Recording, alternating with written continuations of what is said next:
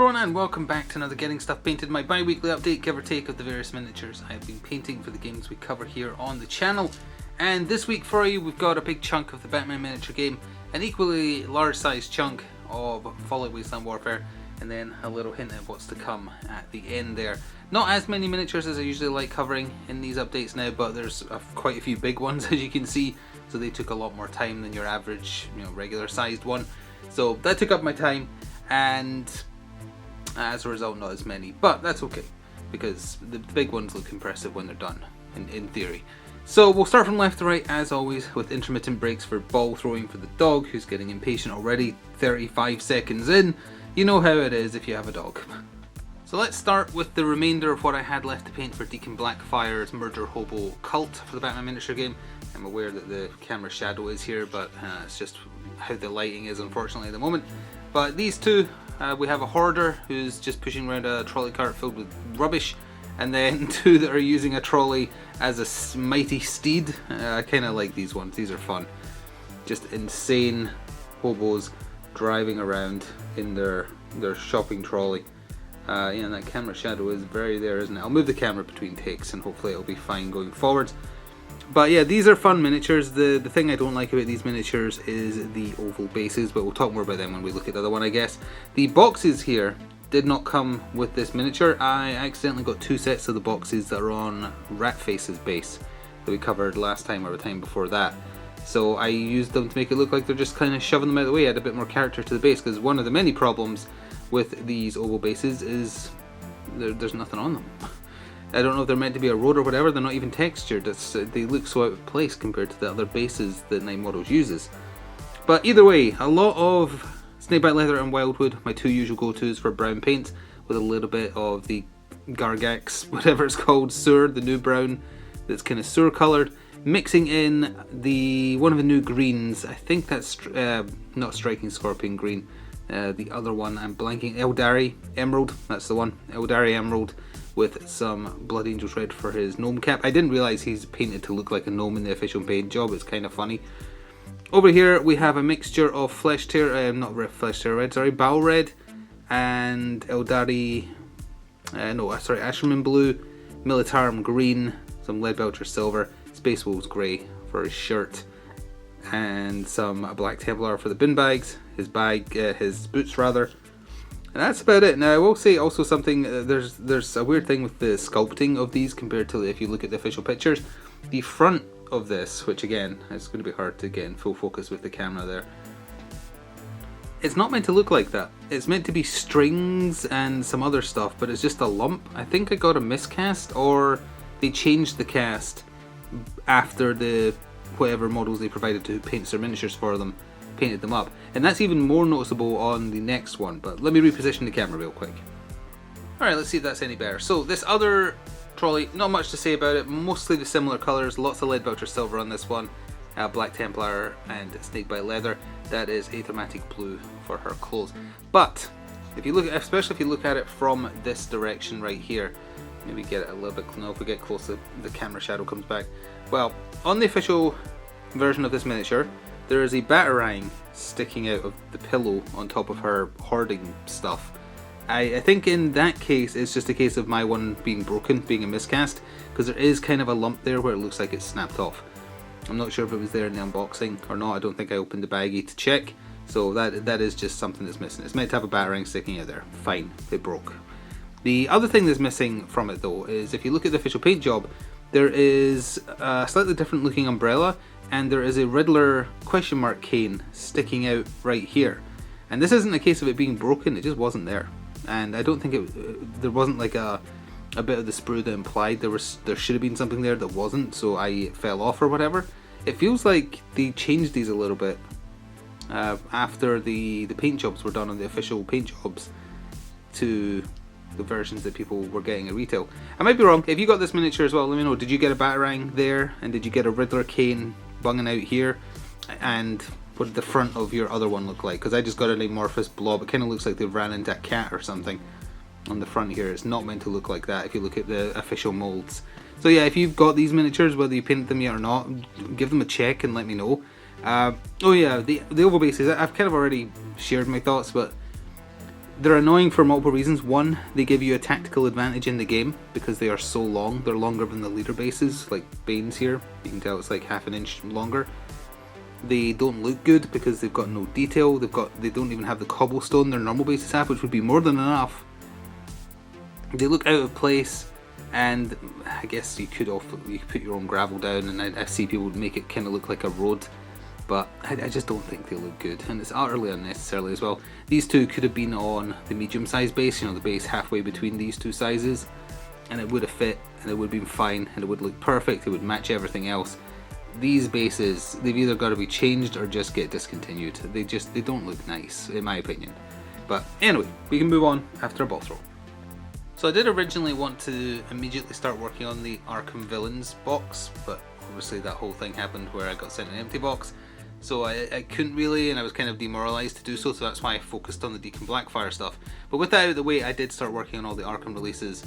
I did start with the Big Bane, but then I started on the actual Supervillains box with Scarecrow and Penguin done so far. Still got Harley, Joker and Two-Face to go from that. Let's quickly talk about Scarecrow. I love the miniature, but I don't really have much to say about him because it is just basically a mixture of Wildwood, Snakebite Leather and Ghoulman Flesh, and that's it. Oh, and Skeletal Horde for his bag mask. I love the miniature though. I liked his look in the Arkham Asylum video game. I love that he's got a scythe, even though the model itself doesn't have rolls for a scythe. Who cares? Put more scythes on miniatures. And he's got his injector claws. And yeah, just a really neat looking miniature. And so much better compared to the actual Scarecrow from Arkham Asylum one they did originally. Obviously it was a bit lower scale, a bit less detail, but if you ever see it, I have it actually. I haven't painted it or anything, or even assembled it, but I do have it. And it doesn't even compare to this on any level. This is so much better, and why I was so bummed that I didn't get it when I found an empty box. This is the miniature I wanted, and I love that it hints at the possibility of a Scarecrow crew coming sometime this year, because it definitely feels like that to me based on his rules. Penguin, he was super quick actually, not just because he's diminutive in size, but dog hair getting everywhere. That's what I get for throwing a tennis ball in between takes. In fact, you know what? During a take, because she's bothering me, let's just do that real quick. There we go.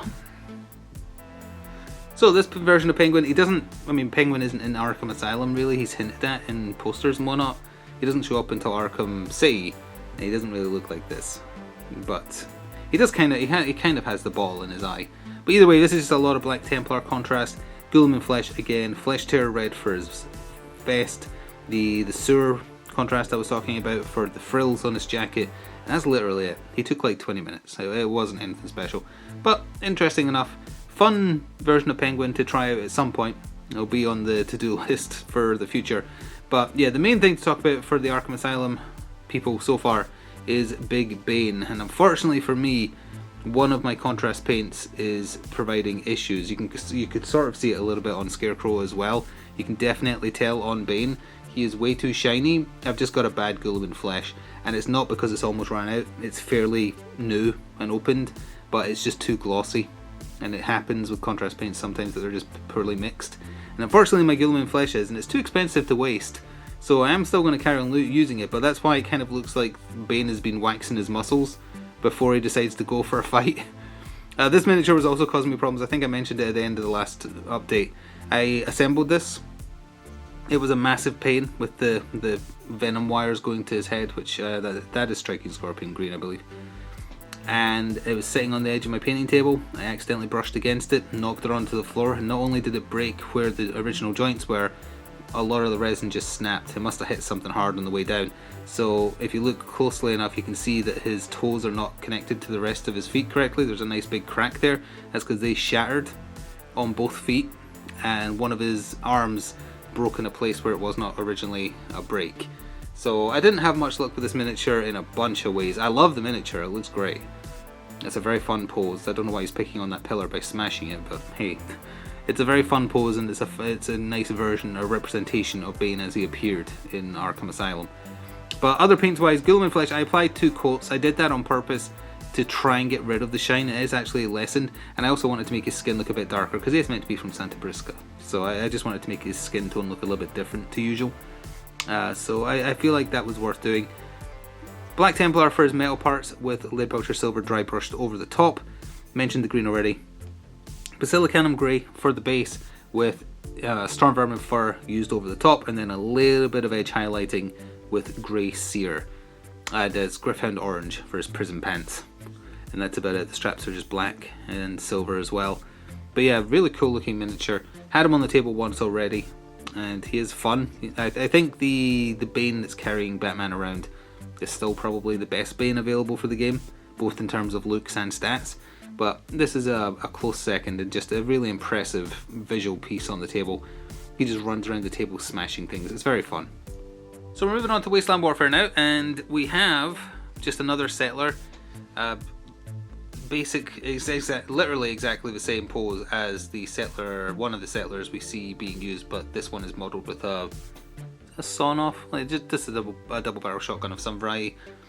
It's from the Survivor box, starter box, so not the starter set, the core box for the settler / survivors faction. So just a slight different remodel, and I just painted up to have another civilian option basically for the series. Used Plaguebearer flesh for her jacket with Warp Lightning for her scarf. Space Wolves Grey for her jeans, and some silver, Lead Belcher silver for chest armor and the barrel of the shotgun. Snakebite leather for the base, and Aggressor shade over everything because the post-apocalypse is not clean.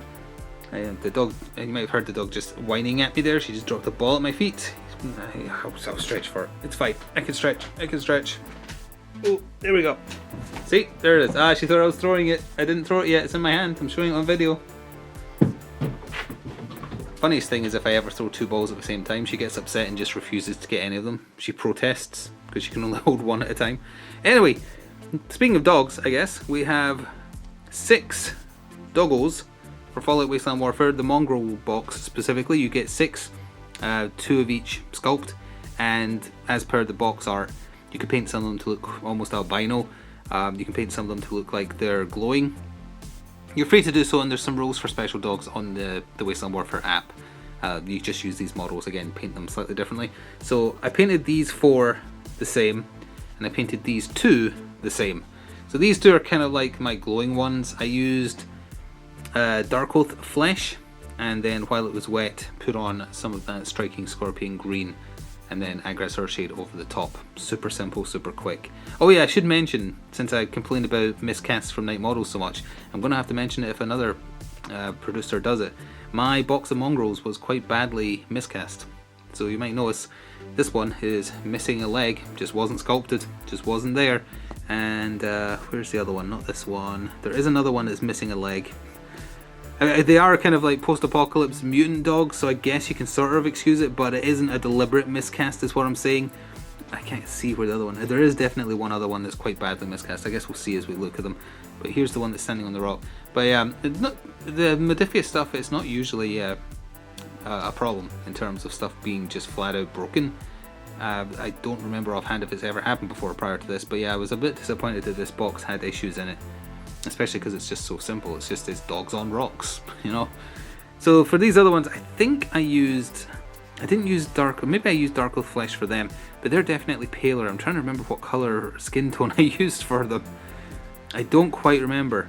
Maybe it was just Gilliman flesh for these. Oh, my dog might be about to bark at the window. Is she?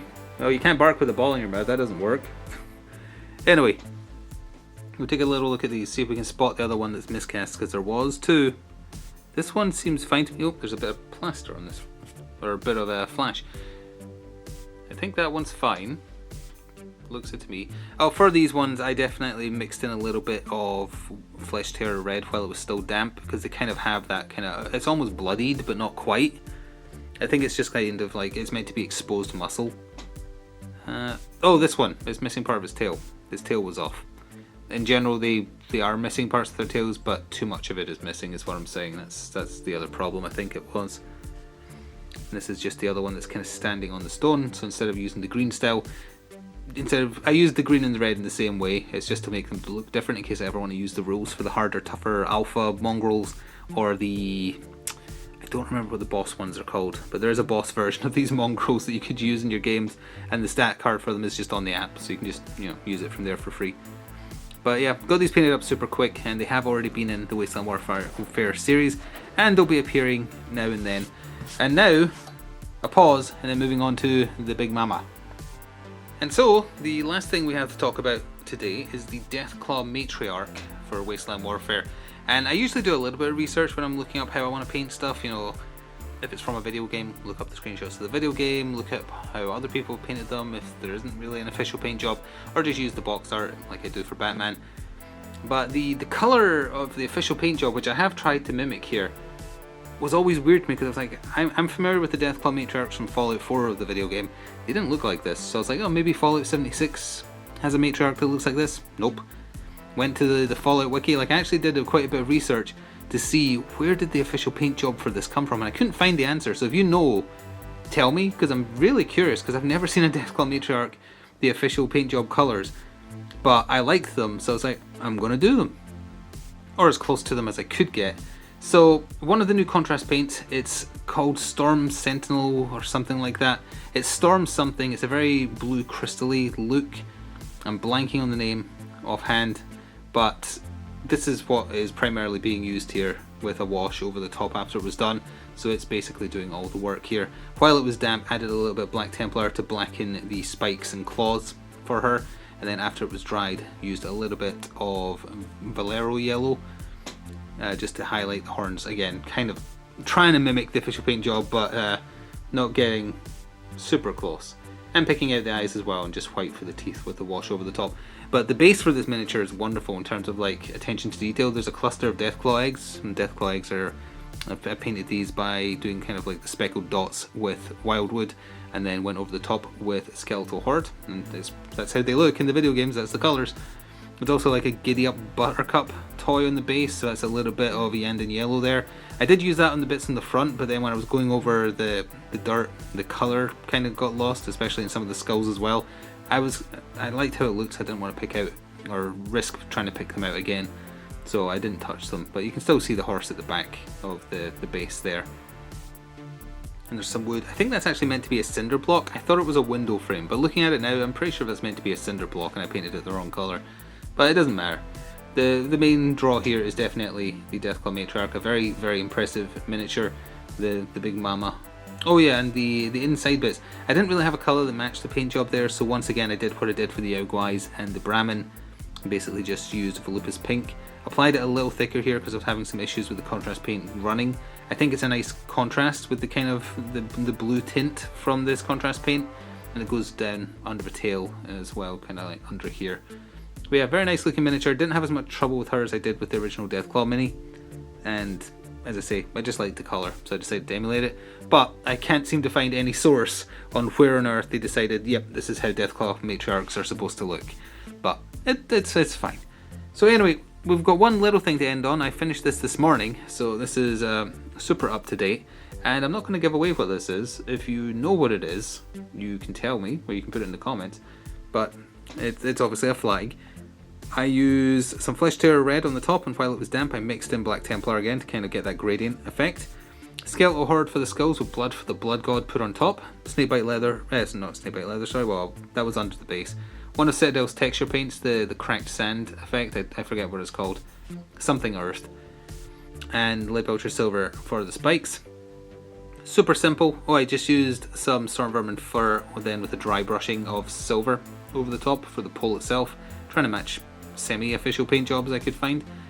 But the only other hint I'll give, if you don't know offhand, is that, you know, everyone is watching what they're spending right now, so spending less on new minis. I'm buying much less as well for like the mini games I've been playing for a while, like Batman and Crisis Protocol and whatnot. So if you're in that position as well, it might be a good time to go back to games you previously played and neglected for a while. Give them another chance, or just paint up some stuff from them. You don't need to buy new minis if you've got a pile of grey shame, which everybody who collects miniatures does, whether you like to admit it or not. You've got something hiding somewhere that could get a lick of paint on it. So if you are spending less like I am at the moment, or trying to at the very least because times are tough, then it's a good time, if you still feel that painting itch, go back and paint an old thing. It doesn't need to be brand spanking new, it's fine. At least that's the way I'm approaching it at the moment. I'm not trying to preach or anything. But that is going to do it for another painting update. So next time you'll be seeing more from the mysterious game here. You will be seeing more of the Batman stuff, trying to get through the Arkham stuff as well. On the painting table right now is the Robert Pattinson Batman on the bike. so that should hopefully be here if it's done. And more Wasteland Warfare as I slowly work through that. And I'm not sure what else. Maybe some scenery, but I always put off scenery as long and as much as I possibly can. Maybe some Final Girl as well. If I want to do more Final Girl that it doesn't use the same killers and Final Girls, I'm going to have to paint some more up, because I've used every combination I have done already. So I might get around to that as well. That's quite quick because they're so small scale. If you want to show me what you've been painting, feel free to do so on Twitter. It's linked below. Or you can join the Discord if you want. And yeah, use this as an inspiration to get your pile of grey shame painted. It doesn't matter if you're good at painting or not, as long as you enjoy doing it. Thank you for watching. See you again in about 2 more weeks. Ta for now.